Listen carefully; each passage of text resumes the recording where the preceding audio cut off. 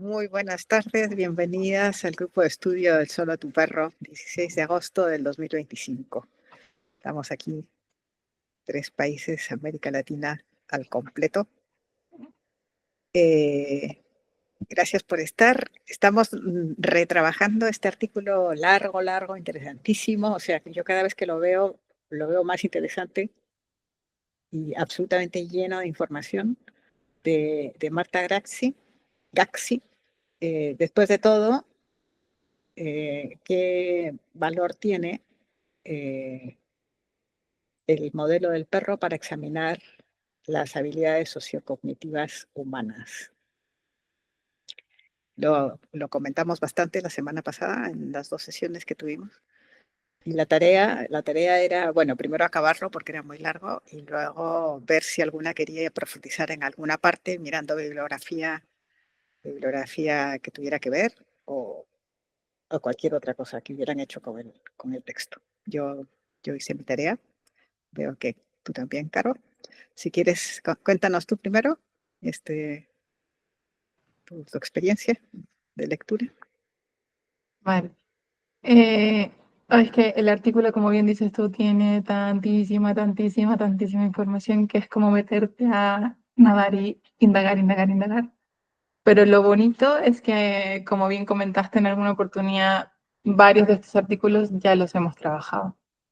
Entonces, cuando me puse a mirar en qué podía empezar a ahondar, que no hubiéramos visto, pues tenía así como que el check, ya lo vi. Entonces dije, ok, ¿en qué no nos detuvimos tanto que me parece interesante? Y me fui a la parte de envejecimiento.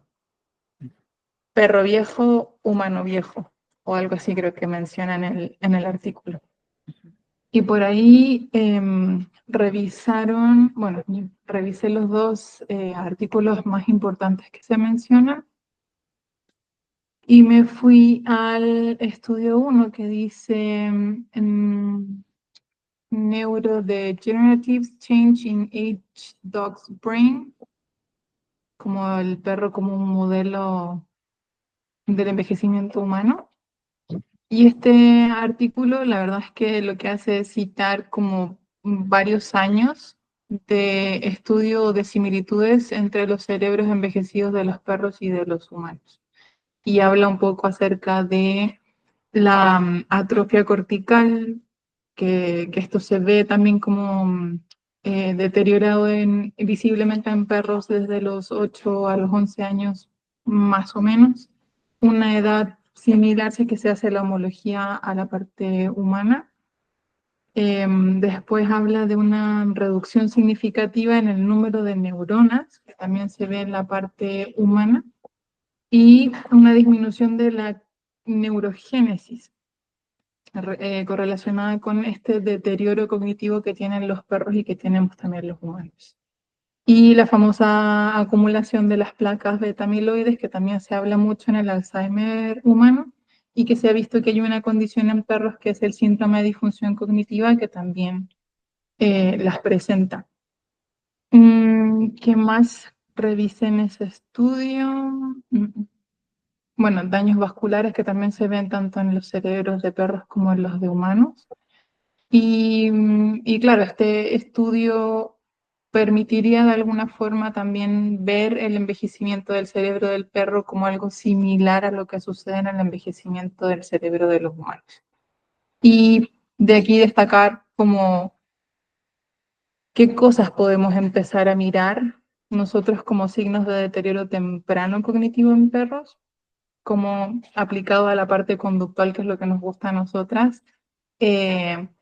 Esto de que en verdad se desorientan, de que en verdad hay cambios en la rutina del sueño, en la memoria, porque estas cosas, las placas beta amiloides se acumulan justamente en esta parte que es la prefrontal, que tiene que ver con la memoria y con el aprendizaje.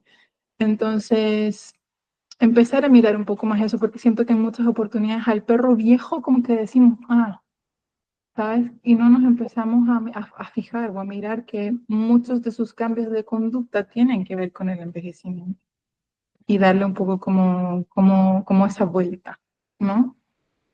Y el otro estudio que también mencionan es Cognitive Aging Index, que este también es otro análisis que hace un recorrido de investigación sobre el envejecimiento cognitivo de los perros. Y toma como foco de estudio los beagles.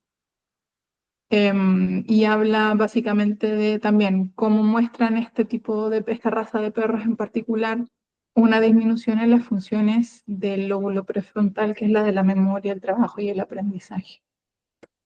Que también por individuo, esto también volvemos al depende, porque cada individuo, cada perro funciona diferente, es un organismo completamente particular, no generalizar, pero sí hay estimaciones de cuándo podría comenzar este proceso. Entonces uno empieza a hablar de que los perros de más de 7 años más o menos ya entran en esta etapa del senior o del perro mayor y pueden eventualmente empezar a ocurrir estos cambios conductuales o de deterioro cognitivo. Entonces la verdad es que le di un poquito la vuelta por ahí, quedándome básicamente con aprender a interpretar todas estas señales que presentan los perros, porque también se habla de el perro pequeño que envejece a cierta edad versus el perro grande, talla grande, que envejece quizás también un poco antes. Y a veces metemos al perro como en un todo y el perro es, y no sé, volver como a estas particularidades de son individuos, algunos empiezan antes, algunos empiezan después, puede presentar esto, puede presentar lo otro y tener como esa mirada un poco más de, ok, lo voy a revisar de un poquito más de ojo. Pero me pareció interesante ahondar ahí un poquito. Qué buen resumen de estos dos artículos que mencionaste. Solo nos puedes decir los autores para encontrarlos a mano. Sí, sí. Espérame que en el estudio los menciona. Es Adam Ok, 2000. 2000, ajá, y el otro es el de, te digo enseguida, que lo tenía aquí. Es un apellido raro, es lo único que me acuerdo. Studinsky, ¿puede ser? Sí, ese, Studinsky 2005. Ok, 2005. ok. Adams. Studinsky 2005. Ajá, esos son los dos que se mencionan a grandes rasgos. Después hay otro más que menciona, pero habla un poquito de una tangente. Ya, qué bien, qué interesante, El qué bien. artículo igual lo menciona, pero es como uno o dos párrafos. Siento que no ahonda tanto en eso, que me pareció relevante de mencionar justamente esto, como para la mirada individual de cada perro y no, no pensar que porque son perros no envejecen. O sea, a mí en clínica me pasaba que me llegaba mucho adulto comiendo, por ejemplo, alimento de cachorro o perro de talla grande comiendo alimento de adulto al año, porque le dijeron que al año es la estandarización de que todos los perros cumplen un año y ya son adultos, y pues no. O perro senior con 10 años comiendo alimento de adulto igual. O sea, hay cambios. Hay cambios en la dieta, hay cambios en la conducta, hay cambios en la forma, hay que tener en consideración que el perro ya no pasa igual, ya no tiene la misma actividad física, ya no me lo puedo llevar a correr 3 kilómetros porque es un perro mayor. Entonces empezar a mirarlo también con un poquitito más de... Buenísimo. Muy bien. Te agradezco el estudio, el trabajo a fondo que hiciste. Está No, lo disfruté mucho. súper Gracias a interesante. ti. Noé, ¿tú tienes alguna cosa que hayas querido o que quieras comentar? No, por ahora no. Lo Ok. que sí les puedo decir es que tengo bastante experiencia con perros senior porque vivo con una, 15 años. Y efectivamente se nota, ¿cierto? Sí. Ahí decía algo súper interesante con respecto a lo de la actividad física y todo eso, y que un mensaje importantísimo que hay que llevar a las familias que tienen perros. Sé que esto lo vamos a mencionar más adelante, pero antes de que se me olvide, es el tema de que si tienen varios perros y salen a pasear con varios perros a la vez, no le podemos incluir la misma rutina al perro senior. En el caso mío, yo hago la vuelta larga con el que tiene 5 Y luego, cuando él ya bajó su energía y todo, ya él ha entendido que el paseo de su hermana es más calmado, más relajado, y vamos es al ritmo de ella. Entonces, no podemos pretender, no podemos hablar de un paseo de media hora, de 40 minutos, cuando el perro va a su ritmo. Y de hecho, la tengo que voltear. La tengo que voltear como que ya, aquí terminó el paseo, la volteo porque no escucha. Entonces, creo que por la parte de la experiencia tengo muchas anécdotas. Es como ir con la abuelita la abuelita de paseo. Bueno, en el caso de Sí. ustedes, la abuelita, en el caso mío, mi mamá. No, mi mamá también. Que no escuche, pero mi mamá también. Sí. Muy bien. Yo les quería comentar, yo estuve explorando, a pesar de que efectivamente en la parte primera del artículo habíamos trabajado ya algunos artículos de los que ella cita, yo me detuve inicialmente en el tema de la personalidad, porque me gustó mucho esa idea de que fue un psicólogo el primero que habla de que los perros también tienen una personalidad particular. Cada individuo tiene una personalidad. Y hace referencia a un estudio eh, de,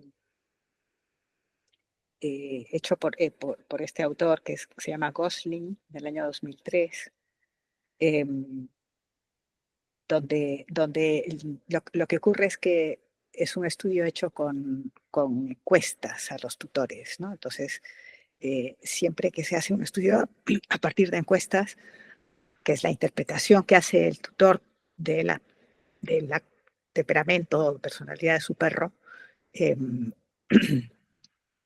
cabe mucho sesgo, ¿no? Sesgo antropocéntrico. Es decir, yo lo veo así, y hasta qué punto es así.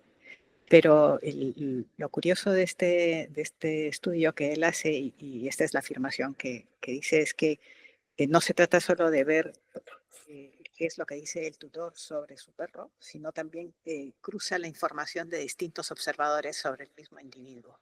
Y hay coincidencia. Entonces, al haber coincidencia, se podría presumir que efectivamente hay ciertos rasgos comunes o constantes en ese individuo que lo hacen ser más, por ejemplo,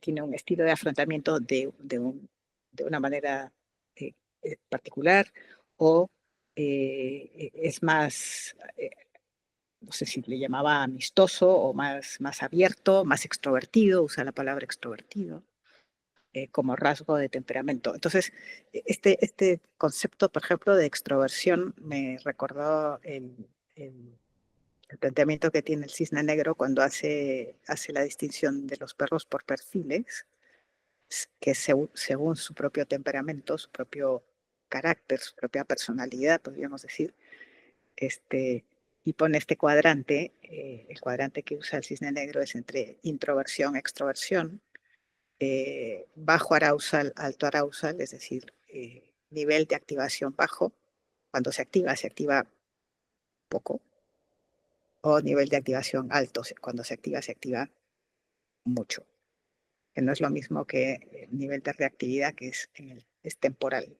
¿no? Se activa rápido o se activa tarde, esto se activa poco o se activa mucho. Y en función de ese cuadrante, Cisne Negro plantea 4 perfiles, ¿no? El perfil adversativo, que sería alto arousal introvertido, el perfil emotivo, alto arousal extrovertido, el perfil sociable, bajo arousal extrovertido, y el perfil reflexivo, bajo arousal introvertido. Entonces, uno oye esos conceptos y dice, esos son temperamentos, son personalidades, ¿no? Porque el temperamento sería lo que trae, bueno, esta es otra distinción más psicológica, ¿no? Lo que trae uno por naturaleza, y personalidad es lo que uno ha construido a través de la ontogenia, ¿no? De las propias experiencias. No sé por qué sale aquí ahora algo extraño. Ahí está. Entonces hice esta unión entre este artículo de Gosling y estos conceptos que son avanzados en comunicación canina, que los maneja, o sea, el cisne negro los maneja con gran soltura, ¿no? Entonces tiene un fundamento acá en este texto que es del año 2003, como les decía. Y, y luego profundicé también, por una parte fue en ese tema de la personalidad, porque he visto a algunos educadores o educadoras que utilizan, como que tienen cierto reparo en usar la palabra personalidad, pensando que el concepto solo se refiere a personas. Entonces, persona es solo el lado, es persona humana, ¿no?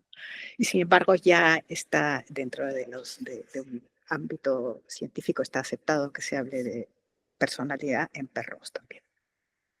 Aunque otros científicos, para mantener el concepto, la palabra personalidad estrictamente para el ser humano, el animal humano, digamos, hablan más de temperamento, de sesgo, ¿no? Pero yo, dicho esto de Gosling, a partir de ahora hablaré con toda propiedad de personalidad y punto y final. Esos otros científicos que hablan de sesgo y temperamento no tienen perro. Posible. O quizás sí, pero están tratando de guardar, digamos, de guardar cierta proporcionalidad y ciertas distinciones que efectivamente existen. O sea, nosotros estamos aquí sentadas estudiando a los perros no se sientan en una videollamada a hablar de los humanos. Una cierta distinción cognitiva existe, no lo vamos a negar. Y luego el otro artículo que me encantó, y entonces eso sí que me llevó, o sea, me llevó a unos horizontes insospechados que quiero compartirles, y si les interesa también les podría poner la bibliografía ahí en la plataforma, en el grupo o en el Drive. Cuando habla de, a ver, déjame ver si lo encuentro. Después de hablar de comunicación no verbal entre perros y humanos, y hace referencia a los primeros estudios de Miglosi de 1998, donde se hacía el tema de señalar. Yo señalo y el perro es capaz de seguir la mirada con el dedo. ¿Se acuerdan? Esta parte, algunos de estos estudios los repasamos acá. Hay un momento donde, a ver si lo encuentro. Aquí está.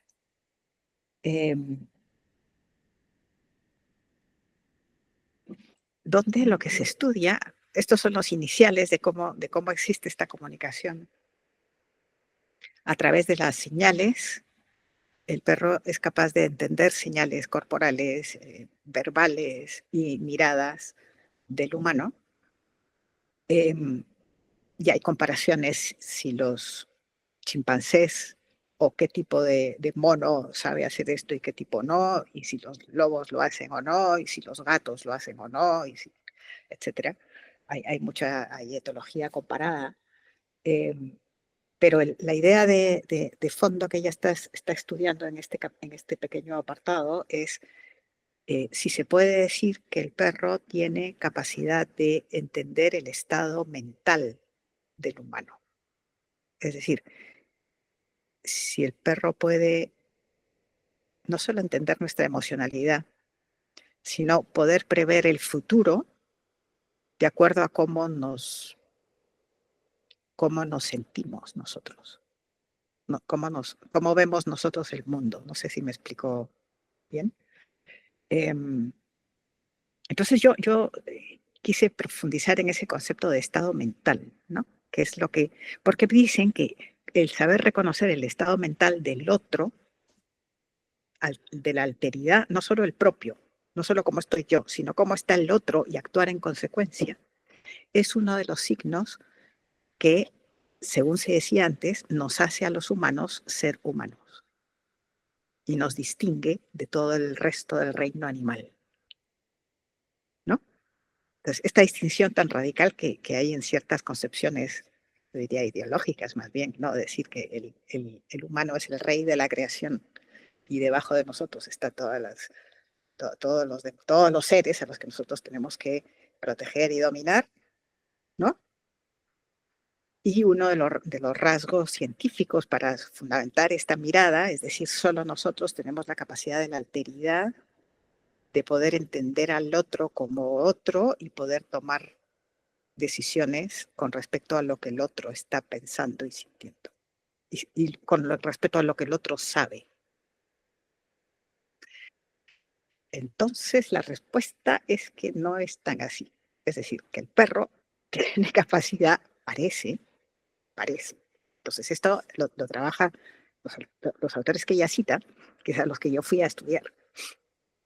Lo trabajan todavía con pinzas, ¿no? O sea, no se puede hacer generalizaciones todavía, pero hay señales que indican que el perro es capaz, o bien es capaz de aprender de una manera muy rápida, unir causa-efecto, que sería toda la línea por aprendizaje conductista, ¿no? O sea, saben lo que yo hago y saben lo que va a pasar después, y entonces pueden prever ese después, por aprendizaje.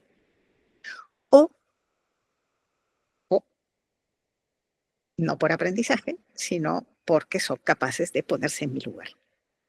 Esa sería la segunda hipótesis, ¿no? Entonces, este autor que voy a citar, que se llama Huber y Leonardo, un artículo del 2023, está al final antes del titulillo que dice cognición versus competencia social, este es el artículo anterior que cita, dice lo siguiente: los hallazgos sobre la adopción de perspectiva significa esto, es tener en cuenta la mente del otro para poder tomar una posición. Sugieren que los perros domésticos pueden ser sensibles a lo que los otros ven, saben, pretenden y creen. Fíjense, el perro, porque sabe lo que yo quiero o porque sabe lo que yo creo, son capaces de tomar decisiones para conseguir algo, claro. Siempre hay un interés de hacer algo, ¿no? Entonces yo leí esto y dije, vamos a ver cómo es esto. Entonces fui a investigar a este artículo. Entonces, efectivamente, encontré unas cuantas cosas que les voy a leer los títulos.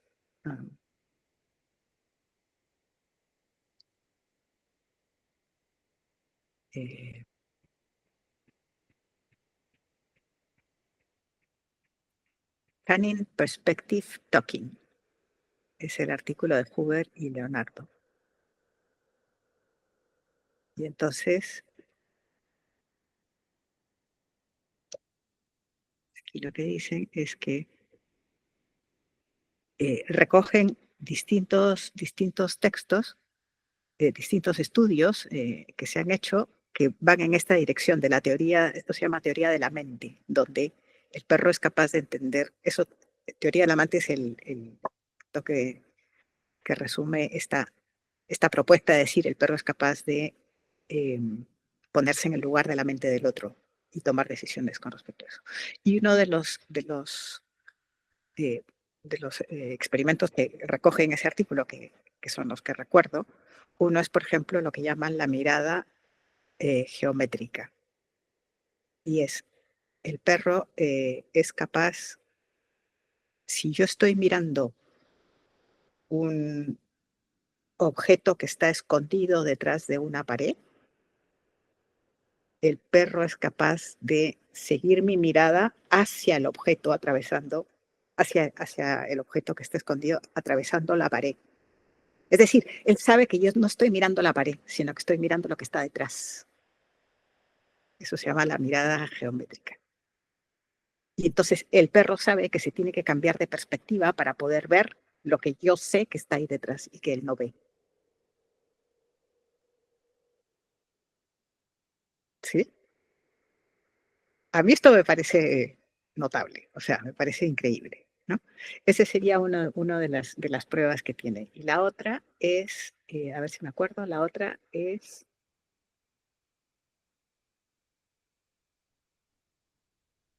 sí, la otra es que es un experimento que se hace con niños y que se ha hecho con lobos también, que consiste en que está el sujeto que está siendo experimentado, digamos, el perro o el lobo o el niño, y hay aquí enfrente hay dos obstáculos o dos cubos, pueden ser, y entonces el tutor o el experimentador pone algo que este sujeto quiere, por ejemplo, comida o, por ejemplo, un juguete, si es un caso de un niño, ¿no? Entonces lo pone en el cubo A. Y luego este sujeto, digamos, el niño o el perro, ve que el experimentador coge el objeto del cubo A y lo lleva al cubo B. ¿Sí? Entonces, ¿hacia dónde va el niño a buscarlo?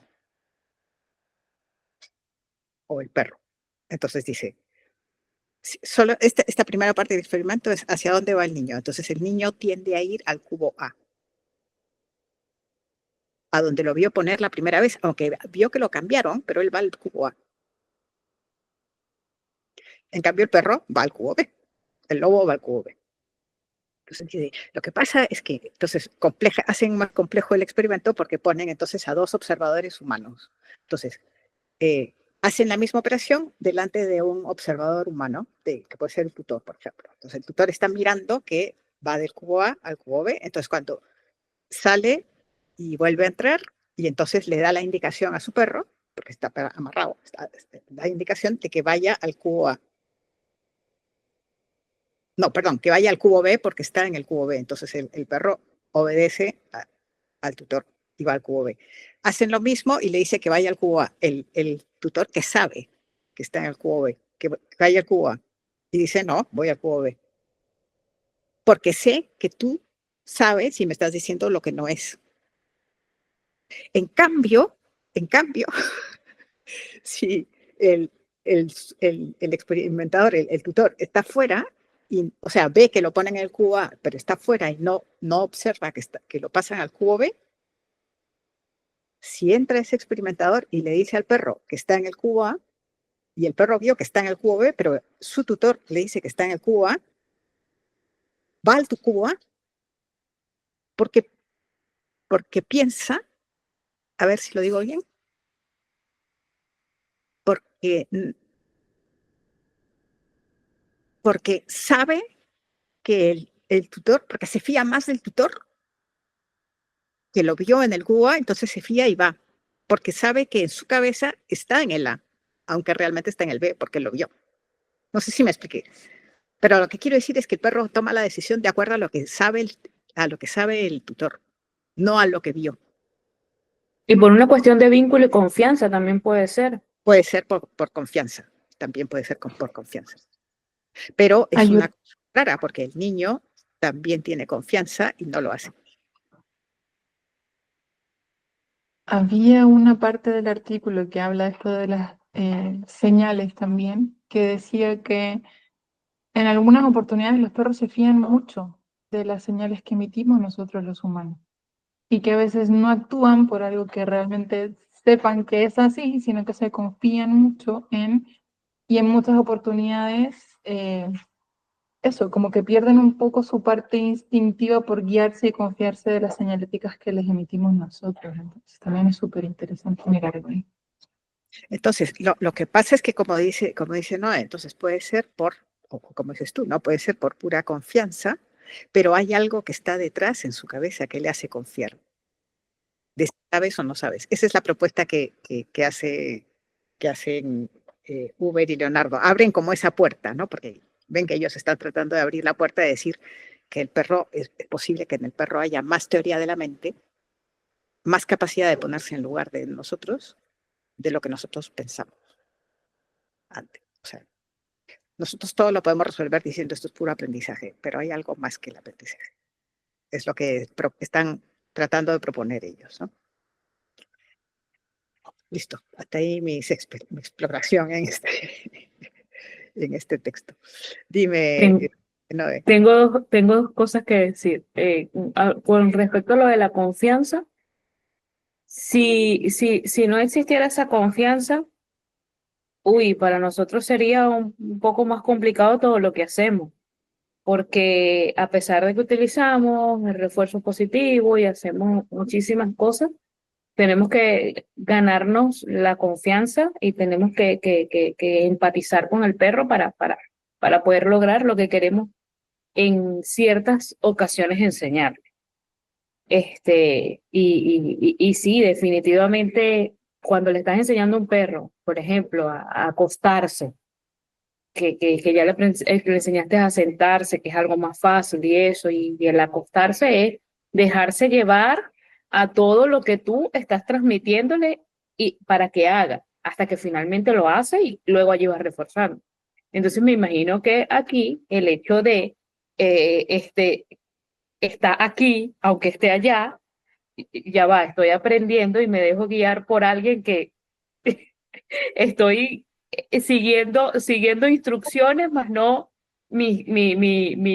lo que de verdad sé, porque el perro sabe que está en el otro lado. Eso por allí. Con respecto a lo de las señales, me parece muy interesante. Cada día, digamos que cada día como que se van abriendo los caminos o van saliendo las evidencias científicas de lo que sospechamos y es así como que ay, tiene validez lo que por mucho tiempo pensé, o sea, a través de señales. No sé si han visto hay como un documental de Netflix, lo vi hace mucho tiempo, de una persona que se desmayaba. O sea, yo entiendo que los perros de servicio, los perros que trabajan con cuestiones médicas, en muchas ocasiones el paciente tiene signos clínicos que pueden ayudar al perro a detectar ciertas cosas. Sin embargo, este documental de Netflix que les comento, lo vi hace muchísimo tiempo y la chica se desmayaba. O sea, era así como un reseteo. De hecho, he visto ese caso en dos ocasiones, pero en una sola lo vi con el documental de Netflix. Era una cosa que los médicos no se explicaban, no saben qué es lo que pasa, sino que las chicas simplemente ¡pluf! Se desmorona de un momento a otro y cae.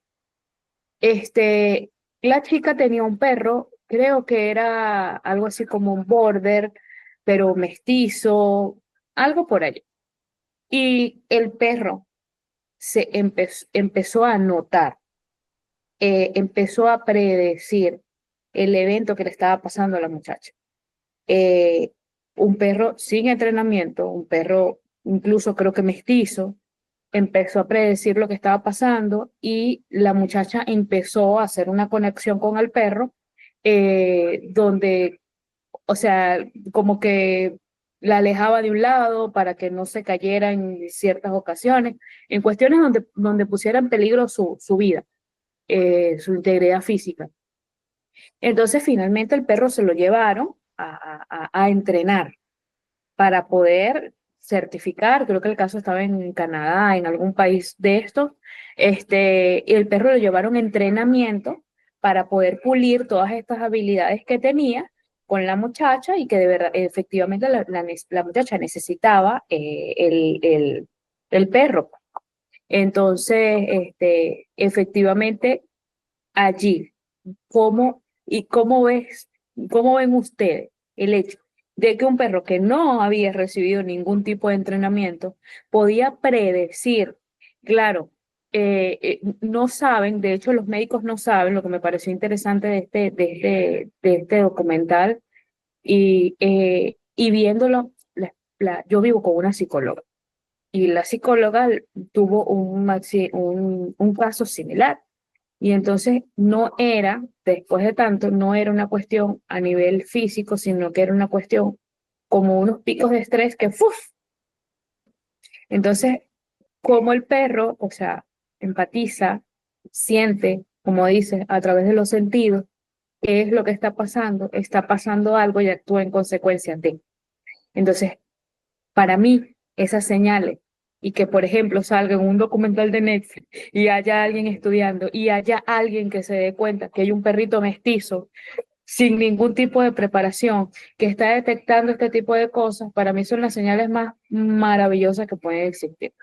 Entonces, sí, gracias a Dios están los científicos y también los científicos que tienen perros, como que sí, hay algo. Y sí, sí hay personalidad. Entonces, interesantísimo, interesantísimo todo y creo que las señales vienen con perro y no necesariamente los perros tienen, o sea, tienen que tener unas habilidades muy particulares para hacerlo. O sea, no necesariamente tiene que ser una raza o algo, pero cuando nos compenetramos con un vínculo y con una comunicación con nuestro perro, uf, obtenemos cosas maravillosas. Sí, sí. Es lindísimo eso que estás diciendo, Noé. Em, eh, y como dices tú, hay algo que está, no, que no depende del aprendizaje de haber sido entrenado para perro de servicio, sino que viene ya inscrito en su genética probablemente, y que tiene que ver con la coevolución, ¿no? Con estos 15.000 años o 30.000 años de presencia de estos señores Llegó alguien que lo valida. en nuestra vida. eh, y, y es justamente lo que plantea este artículo como línea de fondo, ¿verdad? Al decir, sirve el perro para descubrir o para entender las dinámicas de aprendizaje sociocognitivo del humano. Y dice, claro que sí, porque aunque no son primates como nosotros, es decir, no vienen de la misma rama de la evolución, sino que son cálidos. Llevamos coevolucionando muchísimos años y eso hace que nuestros modos de aprender, eso es lo que dicen, nuestros modos de aprender se hayan mimetizado de algún modo y que nosotros podemos entender cómo éramos nosotros antes de ser humanos, viendo a cómo son los perros.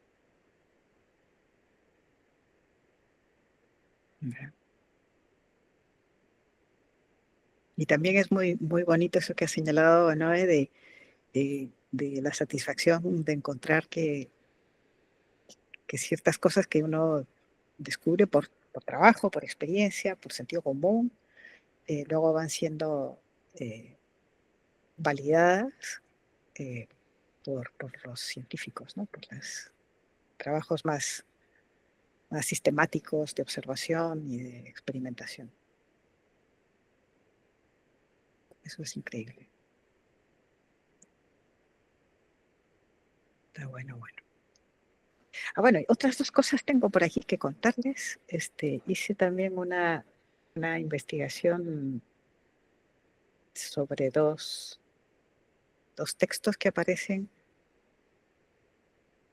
en realidad uno, de Miklosi de 1998, muy antiguo, imagínense, 27 años, que son esos primeros experimentos de la mirada y del dedo y de la cuestión. Y, y encontré también un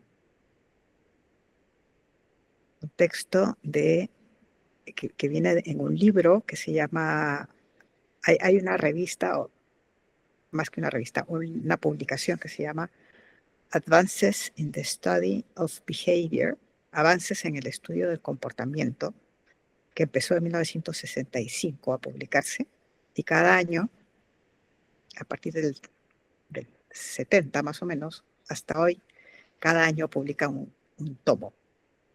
Y son todos etólogos de todas las especies que hay del mundo mundial. Se estudian ratas y abejas y pájaros y cuánta cosa haya. Yo hice un repaso de los últimos 25 volúmenes y encontré 2 capítulos de perros en esos 25 volúmenes. Imagínense muchísimas otras cosas que se estudian ahí. Entonces, uno es el capítulo 3 del volumen 39 del año 2009, donde Topal y su equipo, que es el equipo de Marta Gassi, habla sobre el perro como modelo para entender el comportamiento humano, que es como el fundamento de este artículo. Entonces es un capítulo muy largo y muy interesante que si quieren se los puedo pasar porque lo logré lo logré descargar por ahí, encontrar. Y luego el otro es, este es alucinante. Este fue de casualidad que lo encontré. En el volumen 45, en el capítulo 5, un autor que se llama Bensky, con otros 2 investigadores, hacen lo que se llama la famosa revisión bibliográfica, una revisión y síntesis de todo lo que se ha estudiado sobre la cognición de perros desde 1901 hasta el 2013. Entonces hacen una revisión sistemática brutal. O sea, son más de 100 páginas el capítulo, porque tienen una tabla donde aparecen todos los artículos. Tal artículo, tal autor, tal publicación, tal artículo, tal autor, tal tema, tal tema, tal tema. Entonces, no me dio tiempo de revisarlo, pero si quieren, solo por bichar, se los paso, porque es una revisión muy sistemática sobre la cognición humana, sobre todo lo que cómo el perro conoce. Entonces, yo creo que ahí nos vamos a encontrar bastantes cosas que hemos leído, y muchas más que, desde luego, ni sabemos. Pero se los voy Encontraste una joya. a pasar. Yo me quedé Encontraste una joyita. asombrada. Sí. Wow. Qué tremendo trabajo te diste, ¿eh? Sí, bueno, me pasé bastantes horas navegando en este artículo que estamos trabajando y buscando bibliografía y yendo para allá y para acá y saliendo y entrando y viendo quiénes son los autores y como Miklos empezó trabajando en Inglaterra y luego ya se fue, seguro cuando estaba estudiando, cuando era jovencito, y luego se fue ya a trabajar a Hungría, todo el grupo húngaro, el grupo de München, el grupo de Alemania, los grupos en Illinois, en Estados Unidos. Es muy interesante, está súper bueno. Así. Lindo viaje. Qué bueno. A mí esto me lleva básicamente a de verdad mirar al perro. Es que es tremendo. De verdad es tremendo. Y, y muchas veces lo damos tan por sentado y por la normalización que tenemos de la convivencia con ellos que rara vez nos paramos a mirar en lo magnífico y complejos que son. Y no sé si les ha pasado, pero a lo mejor tiene relación con esto. Em, yo sí soy una convencida de que los perros nos logran entender porque obviamente nos están mirando, nos están leyendo todo el tiempo, pero más allá de solo algo visual, tienen algo más, o sea, nos pueden ver con otro sentido, de otra manera, porque el estado anímico con el que llegamos a enfrentarnos con ellos puede cambiar completamente una dinámica. Si yo, por ejemplo, vengo acelerada o estresada o alterada a un paseo, es que lo perciben rapidísimo. Y es algo que, o sea, tendrá que ver con a lo mejor con cómo te mueves o cómo, no sé, llevas la correa o lo que sea, pero es algo que logran percibir que en muchas ocasiones no me logro explicar. Es que cómo lo vivo, cómo lo entendió, cómo lo proceso. Me parece muy bonito de realizar. Me pasa que cuando tengo un día largo, a veces no sé cuántos perros de repente o cuántos casos, porque a veces no es el número de perros, sino los casos intensos que se pueden ver en un día. Y llego a la casa muy tarde y el paseo termina siendo 10:30, 11 de la noche y mi perro sabe. O sea, eh, podemos salir con la mejor disposición del mundo porque no se le dice que no. De hecho, ayer salí bajo un palo de agua. Y salimos con la mejor disposición del mundo, con el mejor ánimo del mundo, o sea, todo, vamos y él entiende, así como que están cansados, o sea, no voy a dar la vuelta tan larga, vamos a llegarnos allí y él mismo se devuelve, hace sus necesidades y aunque nosotros lo dejamos, o sea, que él elija su paseo, él mismo como que no, vámonos a descansar porque ustedes están cansados. Y no es una cuestión que vamos jalando correa ni nada, pero lo entiende definitivamente se lo comentamos a muchas personas. Cuando mi perro sabe que estoy cansado y aunque lleve el paseo bien, aunque yo creo que lo llevo bien, él sabe que, no, no, vámonos a la casa. Sin alar y sin nada, media vuelta y para atrás. Y eso es mágico, eso es mágico. Qué bonito. Sí, es mágico. Esa es la palabra. Bellísimo.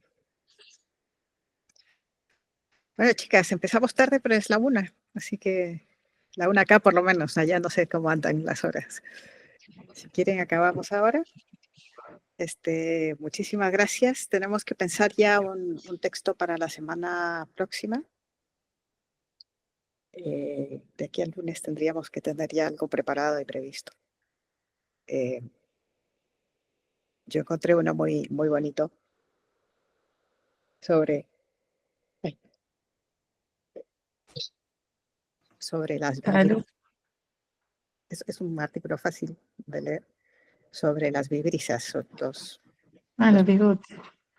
bigotes de los perros, un artículo del 2025 de este año, donde se habla de las vibrisas como vía sensorial, como un sentido más de los perros para situarse en el mundo. O sea, tienen mucha más importancia de la que, desde luego, de la que yo pensaba. Parte de eso me hizo cambiar el plato de Beto. El plato y en ocasiones el peluquero. Bueno, Me ha entonces, pasado. este artículo está dirigido, sobre todo está pensando en peluqueros, o sea, está dirigido a explicar a los concursos de caninos que es maltrato cortarle a los perros los bigotes, porque es quitarles parte de sus sentidos perceptivos del entorno. Y es el fundamento de ese consejo que yo también doy, de que tu perro coma en plano y no en plato, para que no le molesten las vibrisas. Pero yo lo tenía solo por conocimiento experiencial, pero aquí está la prueba científica. Así Yo lo que tenía por los gatos, pero ahora qué lindo saberlo también de los perros. si quieren podemos poner ese artículo de lectura, porque después Está de bueno. estos estudios tan complejos, tan difíciles, es un artículo más fácil de leer, más cortito, y con una aplicación y además con unas fotografías y unas imágenes muy, muy bonitas. Dale, me gusta. Voy a Está proponer. bonito. Ujú. Ok, entonces cortamos grabación, nos vemos el próximo sábado y no se vayan, que nos tomamos la foto. Detenemos.